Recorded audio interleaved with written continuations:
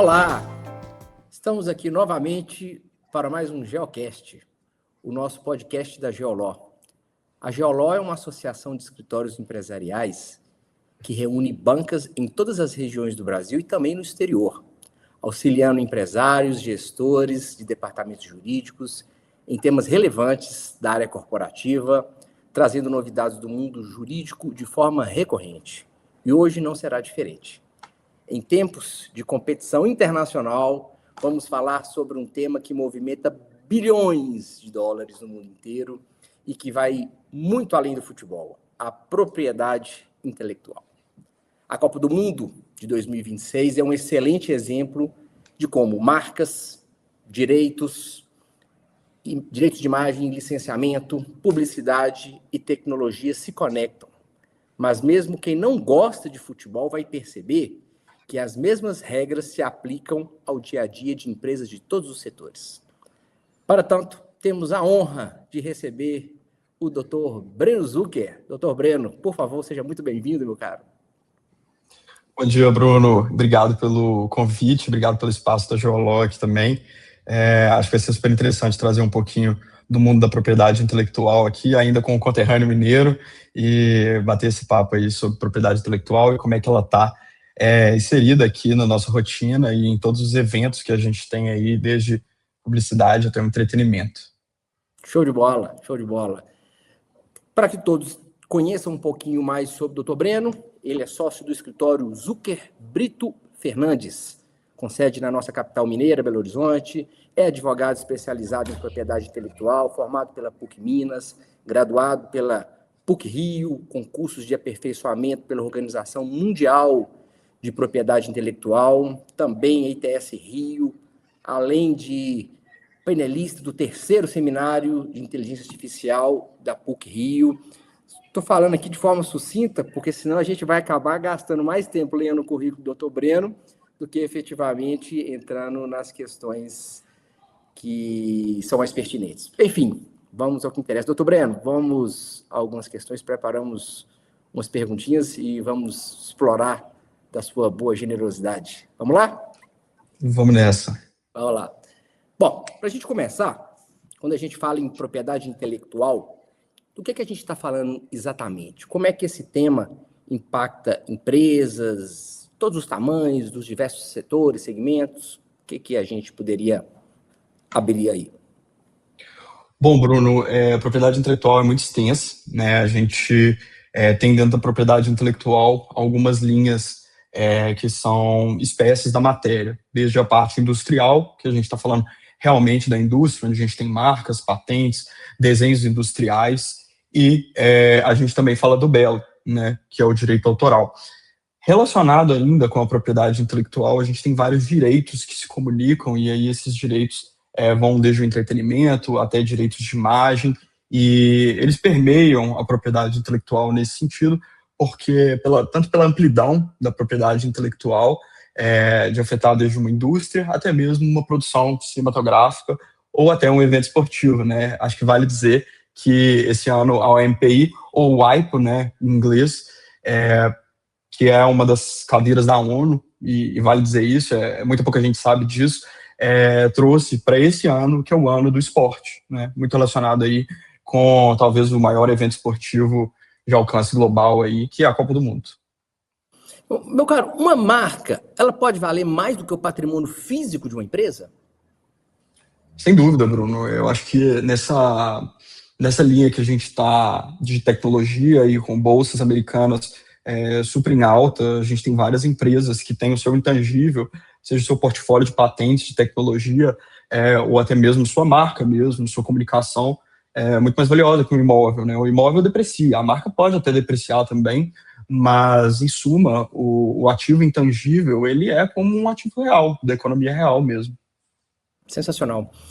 A gente tem transmissão de... Estamos começando a Copa do Mundo, mas recorrentemente tem corridas de automóveis, outros tantos esportes, tênis, eventos esportivos das mais diversas ordens, dentre outros tantos exemplos que a gente pode explorar. A Copa do Mundo seria um desses exemplos de valor econômico, de ativo intangível? Com certeza, Bruno. Eu acho que talvez ainda maior que uma Fórmula 1, eventualmente, ou até, assim, ao meu ver, eu sou um fã de futebol, que eventualmente uma NFL, um Super Bowl, né, a final de uma NFL, e a gente tem que a Copa do Mundo está movimentando mais de US$ 1 bilhão.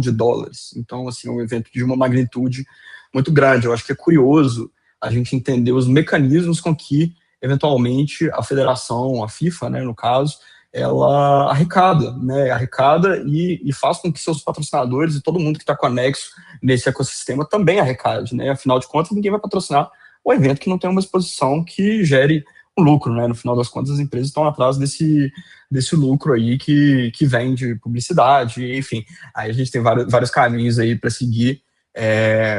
Isso tudo começa em propriedade intelectual e nesses direitos aí que são inerentes à matéria.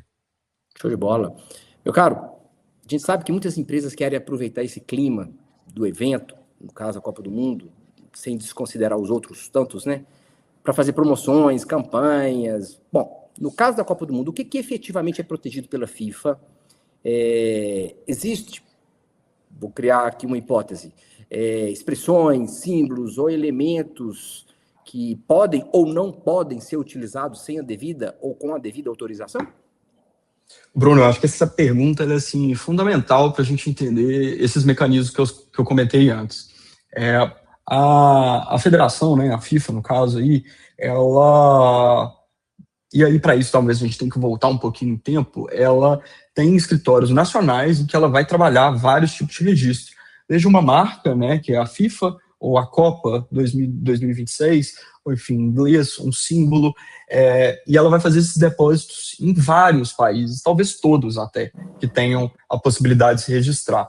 Esses países, eles têm a territorialidade, então a gente faz o registro no próprio país. Então, assim, no Brasil aqui, cara, foram centenas de registros de marca, e aí a gente também ainda tem esses direitos conexos para uma transmissão, para uma publicidade, eventualmente. E aí a gente não pode ir mais, né? Porque as seleções, elas ainda podem fazer esse mesmo movimento. Então existe toda uma cadeia ali de fornecimento de materiais e, enfim, que as empresas podem se aproveitar com publicidade e se promover, né? Eu acho que no final do dia é isso que as empresas buscam dentro de eventos como esses. É surreal, né? É muito grande. Eu estava lendo outro dia, achei interessante uma expressão que eu não conhecia. Vou denunciar a minha ignorância aqui. O que caracteriza o chamado marketing de emboscada? Legal, Bruno. Isso, assim, sempre que a gente tem uma promoção de um evento grande, a gente tem empresas querendo se associar a esse evento, mas sem pagar sua cota ali para estar lá dentro, né? Lógico, né? Então, assim, eu acho que eu vou trazer até um evento mais exemplificativo de como é que ocorre o marketing emboscado, mas é basicamente uma associação indevida que você não pagou para estar ali. Então, teve um caso de uma repercussão grande na maratona de Buenos Aires, né, dentro dos vários circuitos de maratonas que existem, teve uma associação em que existia uma patrocinadora esportiva para a maratona, né, sempre existe, e uma outra marca, muito famosa, colocou na expressão de um prédio, um painel gigantesco no final da corrida. Então, é um caso de marketing de emboscada, ela não está patrocinando. O prédio está fora da maratona, ele não está no circuito, mas ele está ali. Né? Então, assim, é você tentar justamente pegar carona ali numa plataforma que você não pagou para estar ali. Então, em suma, é isso. Já a FIFA até, vale dizer, assim, dentre os inúmeros materiais que ela fornece para a Copa do Mundo, em todas as línguas, diga-se de passagem, que eles são muito cuidadosos com isso, e eles fornecem um material do que fazer, o que não fazer. Então, assim, é um material realmente expressivo aí, que desde agências de marketing até escritórios de advocacia absorvem esses materiais. É bem interessante. Maravilha. E, bom, eu acabei de me denunciar, então eu imagino que outras tantas pessoas também não têm noção do tamanho dessa estrutura jurídica envolvida na organização de eventos dessa proporção, desses esportivos ou não esportivos, enfim. Como é que funciona? Já começou a explicar, por isso que me veio a ideia. Porque como é que funciona essa estratégia global de proteção das marcas, no caso da Copa do Mundo, pela FIFA? E, se quiser esticar também com outros exemplos, sempre bem-vindo, meu caro. Legal. Como que funciona? A gente tem um princípio territorial, em suma, e esse princípio é respeitado. Então, assim, se você faz uma patente aqui no Brasil, sua patente ela está no Brasil. Você pode até pegar uma carona num protocolo internacional. No caso das patentes, a gente tem o PCT. No caso das marcas, a gente tem um protocolo de Madrid, que é um recurso em que a gente expande aquele registro, mas ela ainda assim passa por uma análise do instituto local. Então, se eu aqui no Brasil faço meu protocolo de Madrid para levar minha marca para a União Europeia, que se comporta enquanto bloco, para a Argentina até está fora, mas levar para, enfim, qualquer país, eu posso pegar carona nesse protocolo. O que a FIFA faz? Ela tem escritórios locais, é quase como uma licitação interna que eles fazem dentro dos países e vão fazendo essa série de registros aí. E aí tem toda uma organização dentro dos escritórios. O escritório que comanda normalmente é o escritório do país sede. Até quando teve a Copa do Brasil, acho que é valioso compartilhar isso. A preocupação era muito grande com pirataria aqui no Brasil. E a gente sabe que isso é um problema até hoje, né? Não foi resolvido. E a preocupação muito grande deles era fiscalizar justamente entradas de estádios, eventos públicos, né? Eventos públicos que, diga-se de passagem, também tem que ter uma autorização para ser feitos. Então, aqueles grandes eventos que a gente viu na Copa aqui no Brasil, em que ficavam em praças, enfim, centros públicos, eles têm que ser autorizados também pela FIFA. Então, a FIFA distribui esses ativos intangíveis de maneira que ela tenha controle do que está acontecendo em cada país. A Copa de 2027 feminina, que vai ser no Brasil, já inclusive tem uma diretiva que, eventualmente, eles vão fazer uma concorrência interna para trazer também uma proteção a nível local aqui no Brasil. Bacana. Você foi num ponto aí delicado, pirataria, né? Imagino que a própria FIFA ela deve ter um controle que se utiliza disso para tentar gerenciar melhor a utilização de todos esses ativos. No final, fica alguma lição, fica algum ensinamento que empresas brasileiras poderiam adotar para, de alguma maneira, tentar contornar ou suportar isso? Bruno, eu acho que isso passa até por desenvolvimento econômico, né? A gente olhar para o IDH de um país, né? E o Brasil, ele realmente tem esse problema. Até no momento existem tensões com o governo americano, desde o PIX até, enfim, até no último comunicado do governo americano, eles tinham uma preocupação com o PIX e também com propriedade intelectual, um ponto que eles sempre batem aqui no Brasil.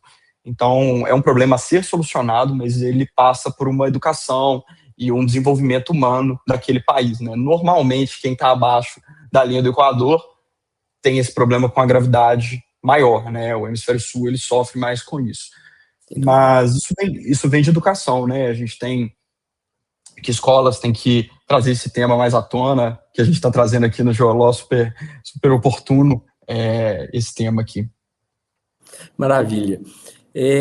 Bom, para não chegar aqui muito cru e não falar muita besteira, lógico que eu fui atrás de algumas informações valiosas, até para que a gente possa compartilhar com todo mundo, que no fundo não deixa de ser o propósito.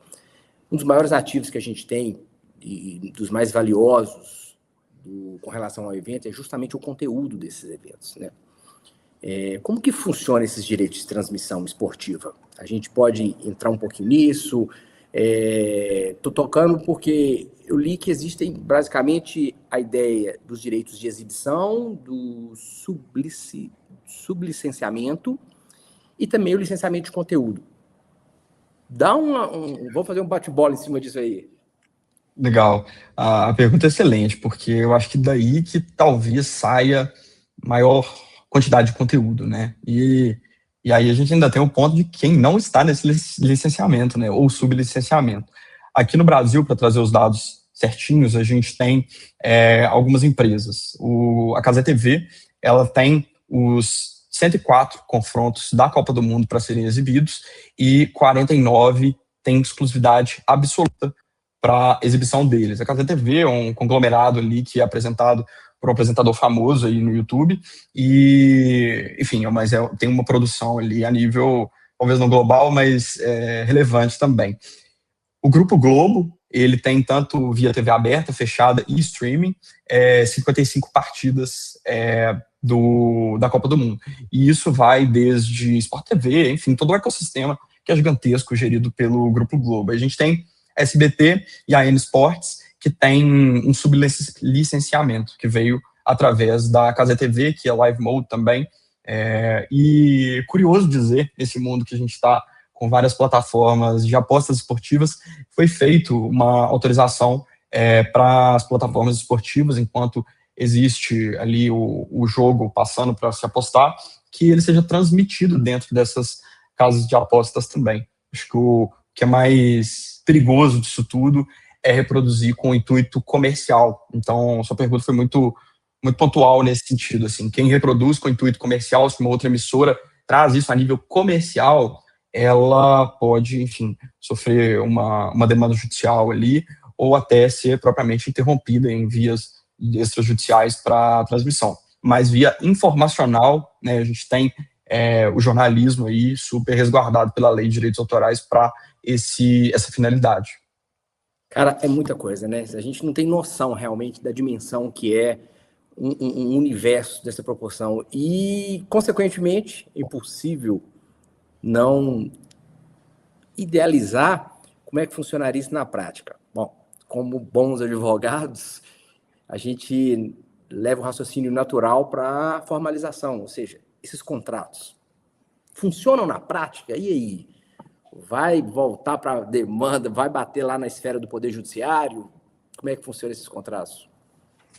Isso é curioso, Bruno. São contratos que eles têm uma repercussão internacional. Então, assim, a gente tem uma federação, talvez a maior federação esportiva que a gente tem aí, gerindo esses contratos e assessorado por escritórios locais e internacionais. Então, assim, eu entendo que a infraestrutura ela é tão complexa e bem organizada, tanto pela FIFA, tanto quanto pelas seleções e confederações ali de futebol, né? O Brasil é CBF ali no final das contas.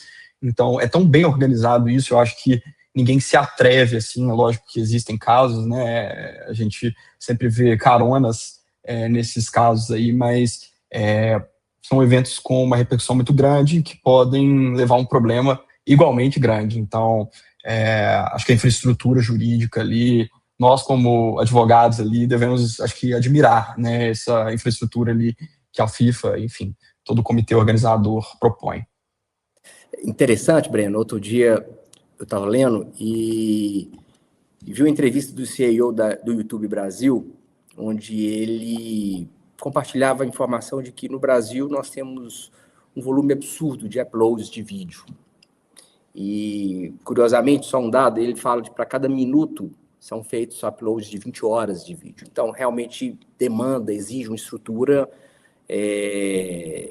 absurda para que tudo isso continue funcionando sem maiores problemas. E hoje, inevitavelmente, qualquer pessoa grava, compartilha, comenta os eventos em tempo real, e esses desdobramentos acontecem a todo instante. Existe limite para o uso dessas imagens no que se fala em rede social?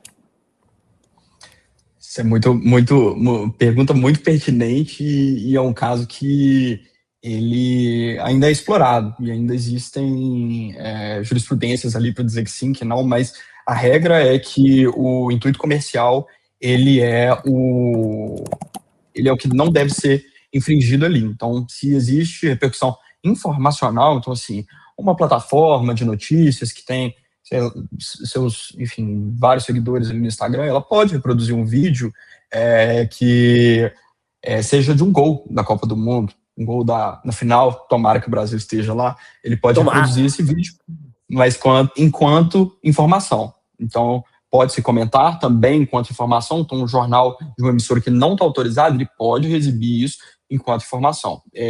Esse limite dentro do direito autoral, direito, enfim, todos os direitos que repercutem tanto na personalidade quanto propriamente em exibição, eles desrespeitam muito a honra e ao aspecto comercial, né? Você está ganhando alguma coisa ali. Você lançar aquele vídeo daquele gol na final da Copa do Mundo, você vai ganhar muito dinheiro, né? Lançou a série do tricampeonato brasileiro no Netflix, e é super interessante, porque faz um tempinho bom, né, o Tri, e existem até hoje direitos ali que estão dentro dessa reprodução, dessa exibição.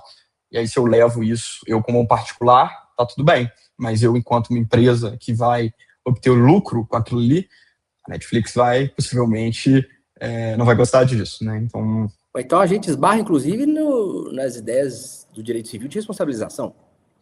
Exato, exato. Esses direitos de personalidade, exibição, tem direitos, aliás, que são personalíssimos, né? Você exibir uma determinada pessoa, né? E existe uma jurisprudência muito curiosa. Eu acho que ela até concordo com ela, assim, não para comentar a jurisprudência, mas de um caso de um jogo de futebol em que se filmava muito um torcedor.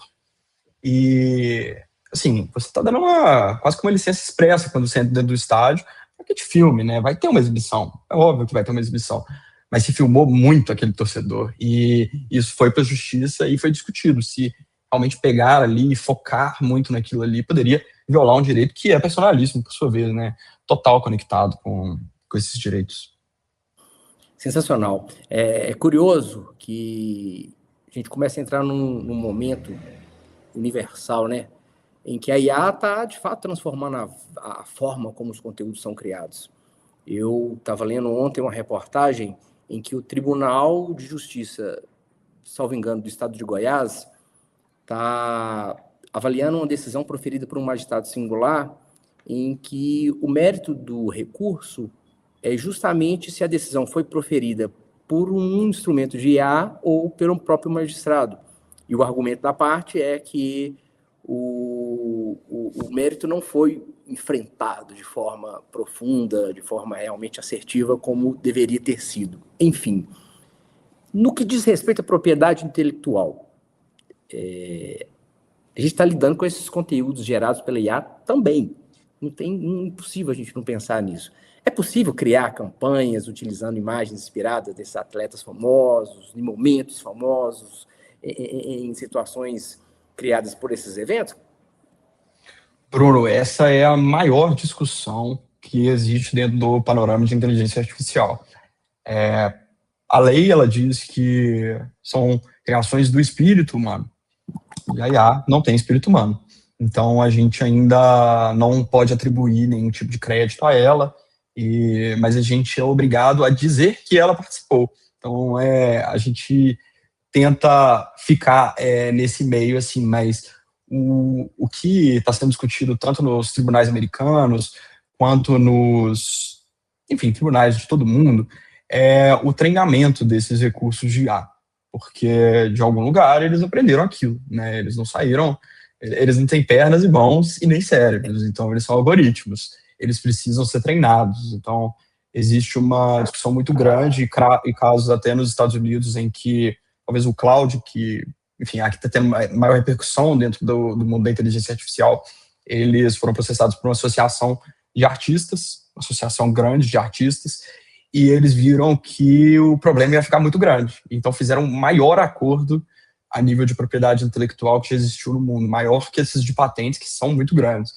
porque eles sabiam que poderia ficar muito pior. Então, a discussão ela é profunda nesse sentido, mas ainda não tem a resposta certa. Loucura. É uma dimensão realmente muito significativa, né? E, meu caro, você percebe que a legislação está acompanhando a velocidade da tecnologia? Como é que você vê? Especialmente no Brasil. Vamos cuidar da nossa situação aqui primeiro. Vamos. O Brasil lançou, né, o Marco Civil da Internet, que até, se não me engano, essa semana ainda retoma um julgamento para a discussão de um artigo dentro dele, mas o Brasil é muito lento, né? As legislações elas demoram muito a aparecer, as regulações demoram muito a aparecer. Quando o Estado não regula, quem vai regular são as plataformas. Então, hoje o que a gente encontra são grandes plataformas regulando e aí tendo, por consequência óbvia, um grande número de litígios em todos os tribunais do Brasil.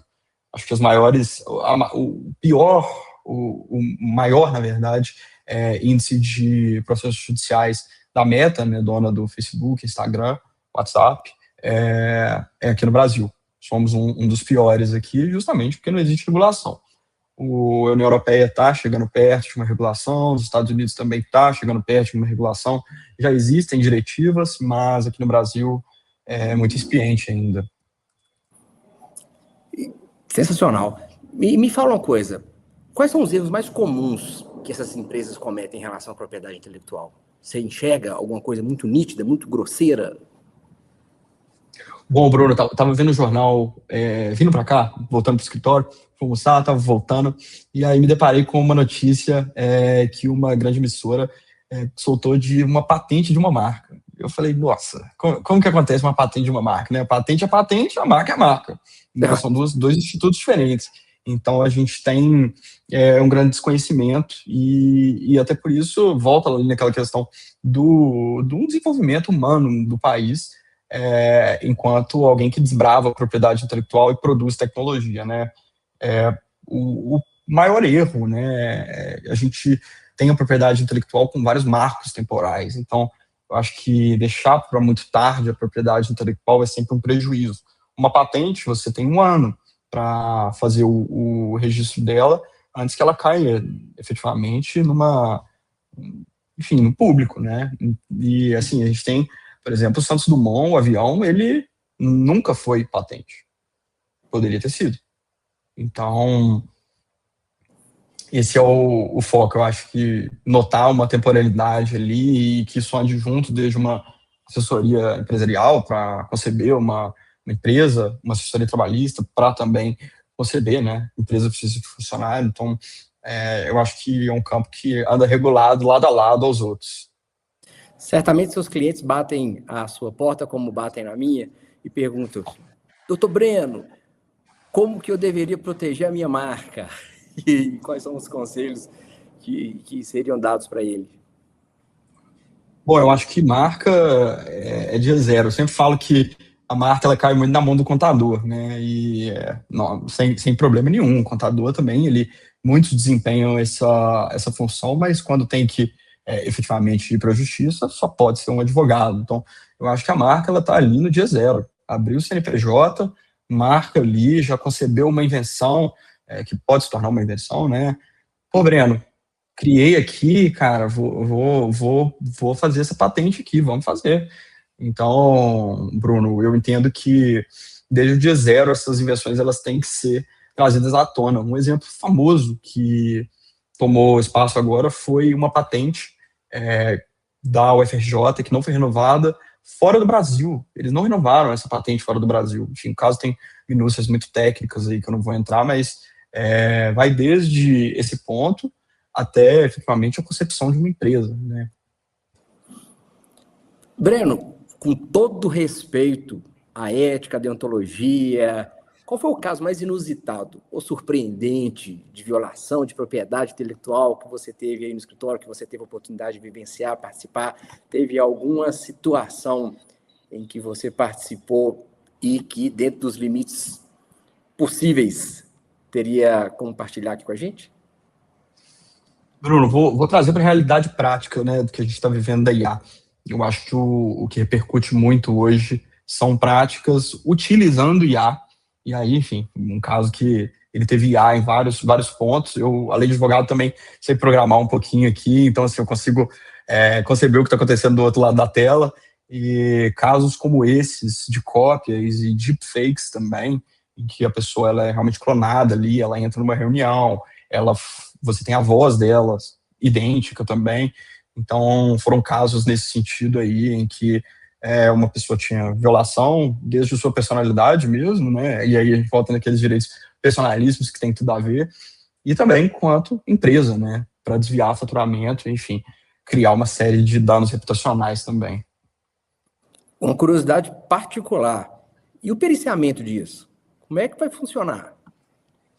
Ótima pergunta, ótima pergunta. A gente está até para fazer uma perícia aqui em um caso desses, em que se utilizou IA e a IA reproduziu outra IA. E aí a gente está tentando entender ali o que ocorreu. O caso é uma perícia com técnicos, assim como uma perícia grafotécnica, por exemplo, alguém que entenda de código, alguém que eventualmente entenda de marcas, né, enquanto marketing, design, né, para resolver essa solução. Nós, advogados aqui de propriedade intelectual, somos grandes entusiastas de várias áreas, né, de tecnologia, de marketing, enfim, engenharia também entra um pouquinho. Inevitável. Sensacional. é uma nova área, um novo mercado da advocacia dentro desse nosso leque de opções que nós temos aí. Da sua experiência, para quem está começando ou quem já atua, teve alguma situação que você julga valiosa como experiência, que valeria partilhar e falar assim, gente, todo mundo deveria fazer isso? Ou algo que você fala assim, nunca fiz, mas se fosse um tempo atrás eu faria. Teria alguma dica que você deixaria para a turma aí?